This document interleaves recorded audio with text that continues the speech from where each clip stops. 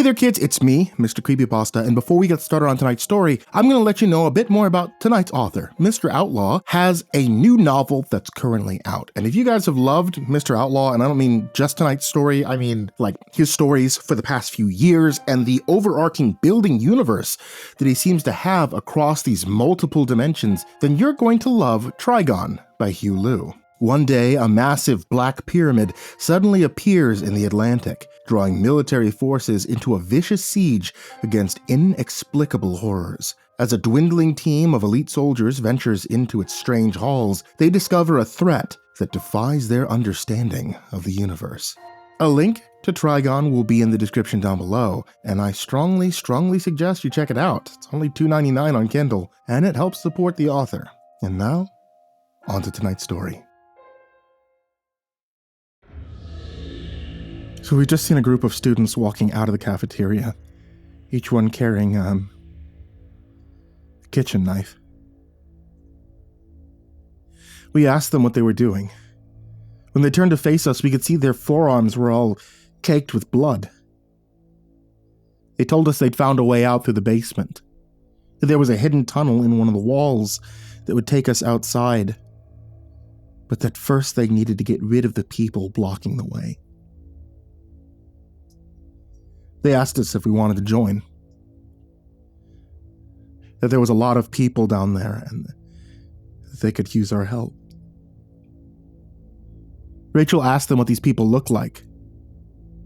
They told us, like statues. Large, pale, naked, stiff. But they knew that they weren't statues because they screamed and bled. And they could be killed. They asked us again if we wanted to join. And the most disturbing part was that they didn't seem to be crazed or delusional. Their expression was lucid. Their voices earnest. Maybe they were telling the truth.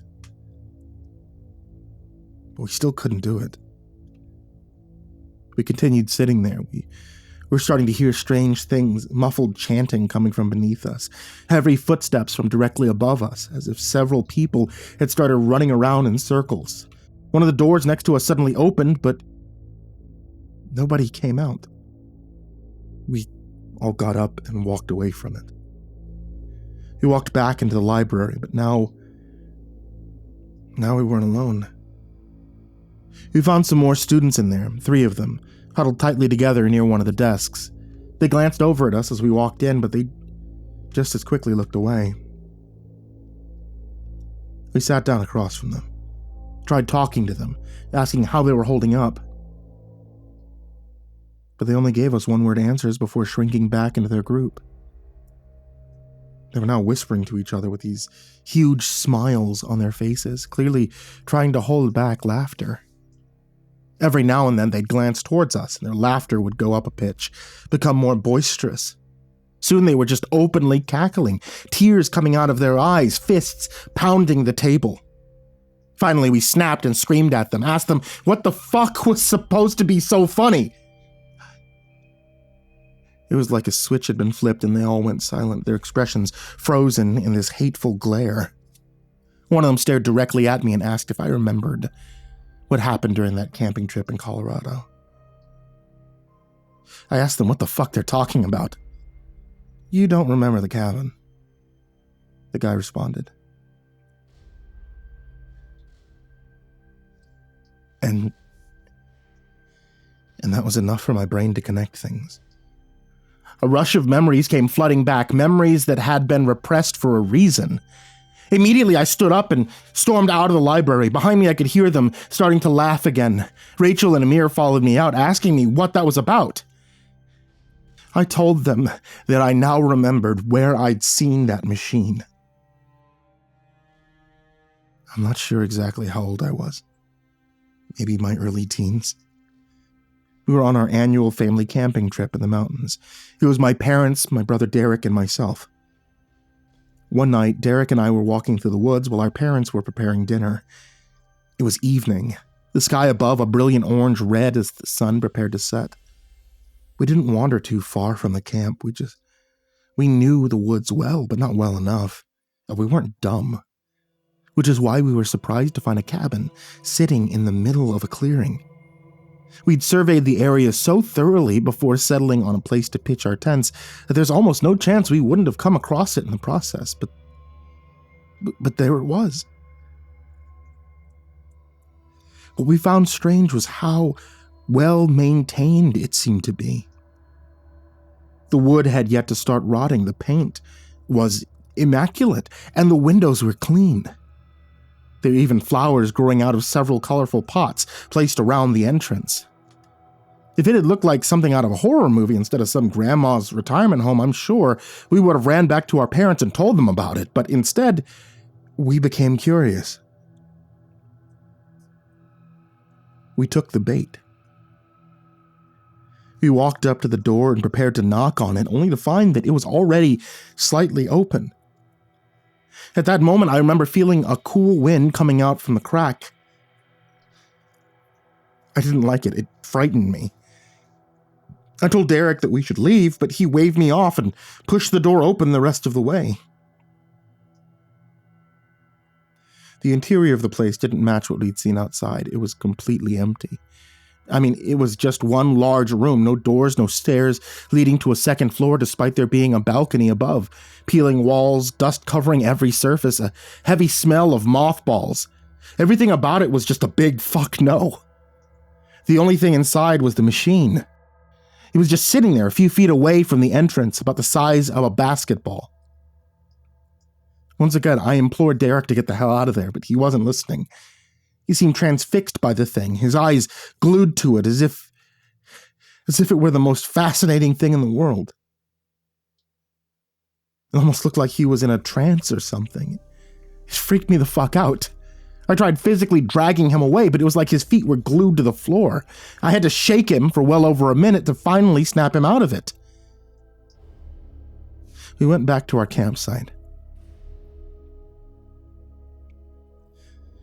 And remembering the next part filled me with guilt and regret.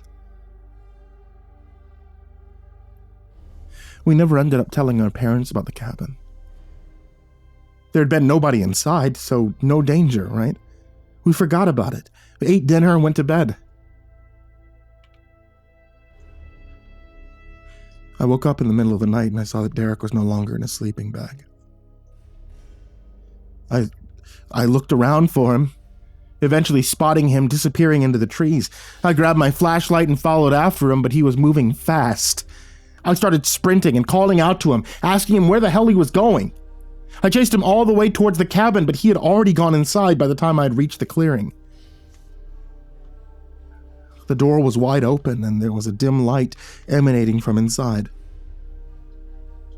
I slowed my pace. I really didn't want to follow him inside, but I continued to inch my way closer. I was only a few feet away when a man appeared inside the doorway, nearly giving me a heart attack. He looked to be in his 70s, extremely tall, sickly thin. Thick black veins bulging across his hands and arms, wearing a tattered suit, bearing this forced smile, his mouth filled with large, fake-looking teeth. He waved once at me before suddenly slamming the door shut. I ran back to our campsite. I told my parents what had happened. My dad grabbed his gun while my mom started packing everything up. I led him over to the clearing, and he told me to go back and wait with my mom before storming up to the house and kicking down the door. We waited for about 15 minutes before he came back, carrying Derek in his arms. He continued carrying him as we hiked down the mountain in the darkness. I remember him looking over his shoulder every few seconds. Nobody said a word. Not even as we made it back to the parking lot, got inside of our car and began driving away. I tried talking to Derek, but he was unresponsive. He was completely out of it. His eyes glazed over in a way that terrified me. Of course, my mom and I both pleaded my dad for answers, But he didn't offer one. He stayed completely silent till we made it back home. He dropped my mom and I off before telling us that he was taking Derek to the hospital. He didn't explain what for. Derek never came back home. He stayed in the hospital for a few months until he was transferred to a different facility, put under the care of specialists, as I'd been told. I didn't know what it meant back then. I still have no idea. I never saw my brother again. My dad never explained what he saw in that cabin. As you can guess, it kind of drove me mad over the years. I wanted answers so bad to the point where I tried going back up the mountain myself several years later. I never found that cabin again. And when my dad found out what I'd done, he sent me to a psychiatrist named John. I think he was a psychiatrist. I don't really remember his title, but I guess he did a great job because I ended up repressing the entire thing, replacing it with a false sequence of memories. My brother had fallen ill shortly after our trip. He never recovered from it. This is the story my brain had run with all these years. And quite frankly, I think I was better off for it. This was a horrible fucking thing to suddenly remember. I guess I must have looked pretty mortified because Rachel came over and tried to comfort me, telling me the same things that John had. How it wasn't my fault. How there's nothing I could have done. I didn't believe John then. I didn't believe Rachel now. But I still appreciated the effort. The past was the past. Effort was wasted dwelling on it. Amira, on the other hand, hadn't said anything. She was just staring at me with this confused expression. After a while, she asked me something. Are you sure that's what happened? I asked her why she was asking me that. Because we're in hell, she responded. They'd want you to think that. They'd want you to think every horrible thing imaginable. Rachel rolled her eyes, asked her to quit it. That's not productive, she explained. Just stop. I was never at that beach, Amira continued, ignoring her. There was no man. I had no cousin. None of it happened. I asked her why she had suddenly changed her mind, because earlier she had seemed so convinced that this was something that had actually happened to her. Because the devil's here, she responded. Rachel asked her if that was supposed to be a metaphor or something. No, the devil's here right now. I can see him. She pointed to somewhere behind us. Rachel and I turned around. We couldn't see anything at first. It was just a dark hallway. But then our eyes adjusted and we could discern a head peeking out from one of the open lockers. I asked Amir how she knew that was the devil. She said that it spoke to her. But not through words, that it was trying to taunt her, trying to drive fear into her heart. If that's the devil, then why are you smiling? Rachel asked. Shouldn't we get the fuck away from him? We won't escape him. But we don't have to be scared of him either. Because that's what he wants. Her smile grew wider. Just don't give him what he wants. Then we'll all be fine. Rachel shook her head. What the fuck are you talking about? She grabbed Amir's hand, tried to pull her away from the hallway, but she wouldn't budge. Suddenly all the locker doors swung open at once. We froze, staring into the dark. Please, Rachel whispered, now a quiver in her voice. Don't do this. Let's go. Amir kept smiling. I'm not afraid. Rachel shook her head, looked at me. Run, she said. So we did. We didn't hear any footsteps behind us, but we could hear Amir continuing to shout at the top of her lungs for the devil to come get her, that she wasn't afraid. It lasted only a few seconds before she went quiet. We didn't really know where to go, and nowhere felt particularly safe. There was another library on the second floor, but we'd have to move past the bridge to get to it. So we avoided that. We decided to head towards the food court, which was also on the second floor, but all the way on the other end. The closer we got to it, the more we could smell something. Like burning meat in the air. Something getting exponentially stronger with every step we took. Soon the air had become dark with rancid smoke. We pulled our shirts up over our noses and peeked out from around the corner leading to the court. We could see 5 or 6 of our fellow students sitting in a circle in front of the subway. Laid in between them was what looked like a charred, burning corpse. They were just staring at it.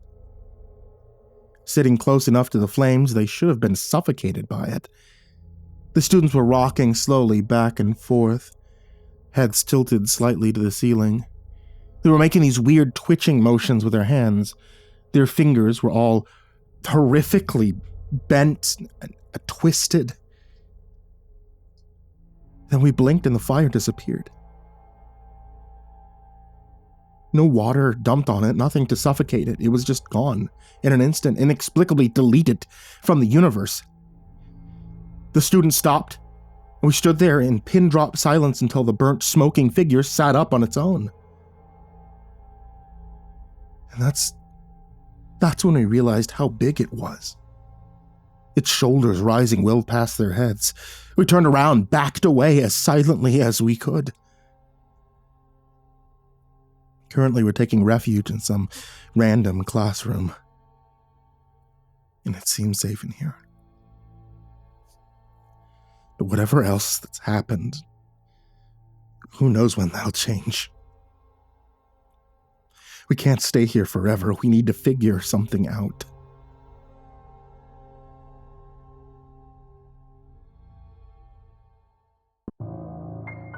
If you're in San Antonio, Texas during the month of October, I really want to see you. So much so that I'm doing 2, count them 2, that's 1 and then another, live creepypasta reading at La Ti-Da in San Antonio, Texas. If you want to find out more about that or figure out where La Ti-Da is, take a look at the description down below. I have a link over to La Ti-Da, which features, tea and eccentricities.